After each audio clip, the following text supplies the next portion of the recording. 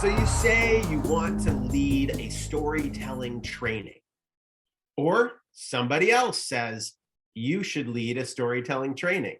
This is a fantastic idea. It's never been more needed. And yet there are a few steps along the way that could be beneficial that I've picked up in my journey that I'd like to share with you to help you to create a better storytelling training. It is why stories matter, what stories are, how stories work, and where to tell them. 4 steps. Why stories matter. Your audience still may not be bought in on why stories matter. They may very well be in a rush to explain the information that they have to explain. And it is pressure. I understand why. That's why you should consider sharing some brain science. Sharing some brain science on why stories matter. Maybe it's a little bit about suspense releasing dopamine, about a little bit of cortisol when you have a little bit of stress and how that enhances and deepens attention, about greater retention when dopamine sparks curiosity and enhances learning, about oxytocin and connection. I'm posting a portion of the chapter on that in the link below. What stories are, get clear on terms. There are so many different beliefs around what stories are and what we mean when we're talking about stories. People might think, well, a story is the thing that you say when you're in your pitch, or a story is the thing that you post about. What are the terms that you're going to use to describe what a story is? Here's mine.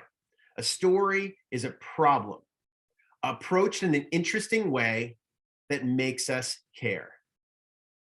It's a problem. It's not just a problem, though. If it's just a problem and it goes to a solution, it's not very interesting. That's an explanation. A story is a problem approached in an interesting way. What's interesting? That's up to you. But it's approached from multiple angles, sensory detail, anchoring in time and space, zooming across time, showing change, approached in an interesting way that makes us care. When they care, they remember, they feel connected to it, and they can tell it again. That's the idea behind a retellable story. How to tell stories.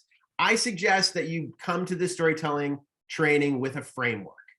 There are so many frameworks out there. They're really wonderful options. I know that Nancy Duarte has a great one. Of course, there's the hero's journey, the ABT framework. I can share a few links down below for you to explore some. And then there's the journey curve, which is the illumination of change, revealing transformation that I use. So the last part that I want to share is where. It's really important that you have some support from your team members, from your boss, from the CEO to actually get them to tell stories out there in the world. It might be through social, it might be through your onboarding process, it might be in meetings, but you need a standard so that when you can circle back in a month, they will tell you the stories they've been working on and the stories that they've told, so you can all workshop further together.